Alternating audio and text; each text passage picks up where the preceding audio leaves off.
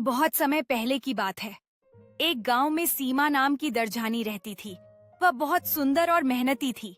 लोग उसकी कढ़ाई और कपड़ों की सिलाई की तारीफ करते, लेकिन सीमा का स्वभाव बड़ा गुस्सैल और लालची था। जो लोग पैसे नहीं दे पाते, उन पर वह चिल्लाती और उनका अपमान करती। गांव के बड़े बुजुर्ग भी उसे समझाते, सीमा बेटी, हमेशा अच्छे से पेश आओ।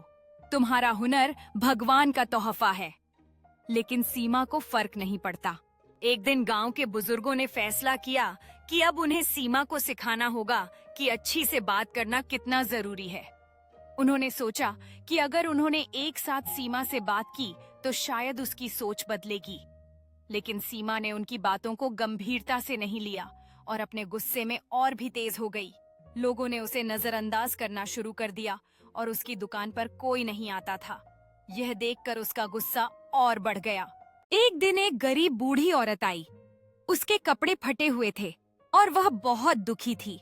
उसने कहा, बेटी, मेरी धोती सिल दो। पैसे नहीं हैं, लेकिन मैं दुआ दूंगी। उसकी मृदु आवाज ने सीमा को छू लिया, लेकिन सीमा केवल हंसी में कड़ी हो गई। उसने कहा, दुआ से पेट नहीं भरता, निकल जाओ। अब बूढ़ी औरत की आंखों में आंसू भर आए। जाते जाते उसने कहा, तुम्हारे हाथों का हुनर अब तुम्हें ही दुहक देगा। तुम्हारी हर सिलाई में अब्बा या अबदा दे रहा होगा। और उसने सीमा को शाप दे दिया। उस दिन के बाद से सीमा की जिंदगी बदल गई। उसकी सिलाई में पहले जैसी खूबसूरती नहीं रही। हर कपड़ा जो वह बनाती, उसमें एक अजीब सी खामी निकल आती। लोग फिर भी उसकी दुकान पर आना छोड़ने लगे और उसका काम बुरी तरह प्रभावित हुआ। पहले लोग उसकी तारीफ करते थे, अब वे उसकी बढ़ती खराबी पर हंसते थे। सीमा को समझ में आने लगा कि शायद बूढ़ी औरत की बातों में सच्चाई थी। उसने सोचा, क्या उसकी शाप सच में मेरे जीवन को दुखी कर रहा है? दिन बीतते गए, लेकिन स्थिति और बदतर होती गई। हर बार जब वह सुई उठाती, उसके हाथों में एक अजीब सी थकान महसूस होती। उसे हर सिलाई के साथ दर्द की चीखें सुनाई देती। उसका दिल डर से भर जाता जब वह सोचती, क्या यह शाप हमेशा मेरे साथ रहेगा? दुकान की खिड़कियों पर धूल चढ़ने लगी और एक-एक कर लोग उसकी दुकान से दूर चले गए। एक रात जब वह बेताब होकर अपने काम में जुटी हुई थी, उसने सोचा कि शायद उसे उस बूढ़ी औरत से माफी मांगने का प्रयास करना चाहिए। उस रात सीमा ने निर्णय लिया कि वह उस बूढ़ी औरत से माफी मांगेगी। उसने सुना था कि वह किसी पुराने पीपल के पेड़ के नीचे बैठती है, जहां हर शाम लोग अपने दुहक साझा करने आते हैं। वह रात में अकेले ही वहां गई। उसके दिल में डर और आशा दोनों थे। पेड़ की छाया में बैठी हुई वह बूढ़ी औरत दिखी, जो उसके आने का इंतजार कर रही थी। सीमा ने कहा, मुझे माफ कर दो, मैंने तुम्हारी मदद नहीं की। बूढ़ी औरत ने उसकी बात सुनी और चुपचाप मुस्कुराई। बूढ़ी औरत ने धीरे से कहा, हर दिल का पछतावा एक नई शुरुआत की ओर ले जाता है। सीमा का दिल राहत से भर गया। उसने महसूस किया कि उसके शब्दों का भार हल्का हो गया था। अब उसे लगता था कि उसकी यात्रा में एक नया मोड़ आ रहा है। आधी रात की चांदनी में उसने न केवल अपनी गलती स्वीकार की, बल्कि एक नए सफर की शुरुआत भी की।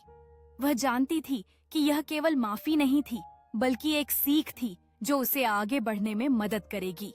सीमा ने बूढ़ी औरत से सुनकर अपनी आत्मा में एक नई ऊर्जा महसूस की। उसने ठानी कि अब वह अपने जीवन को बदलने की कोशिश करेगी। उसकी आंखों में पहले से ज्यादा चमक थी और उसका दिल एक नई उम्मीद से भरा था। उसने सोचा कि अगर वह दुआ करती रही तो शायद उसकी मेहनत भी रंग लाएगी। जैसे जैसे वह समय बिताती गई, उसे एहसास हुआ कि पछतावा केवल एक सीख है जो उसे मजबूत बनाएगा। उस रात उन्होंने न केवल अपनी गलती को स्वीकार किया, बल्कि एक नई दिशा में बढ़ने की राह भी खोज ली। सुबह होते ही सीमा की दुकान पर गांव के लोग लौट आए। उन्होंने देखा कि अब उसकी सिलाई पहले से ज्यादा सुंदर और बिना दर्द की हो गई थी। हर कोई उसकी मेहनत की सराहना करने लगा और उसने महसूस किया कि दया और हुनर का संगम उसके लिए सच्चा सुख ला सकता है। लोग धीरे धीरे उसके साथ जुड़ने लगे और उसके दिल में एक नई शुरुआत के सपने पलने लगे। अब गांव वाले कहते हैं, कभी किसी गरीब की दुआ मत ठुकराओ। हुनर और दया साथ हों तो ही सच्चा सुख मिलता है।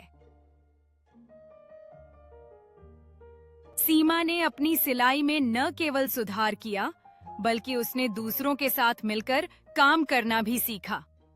अब उसकी दुकान में हर कोई मिलकर काम कर रहा था। सहयोग और प्रेम की भावना हर जगह फैली थी।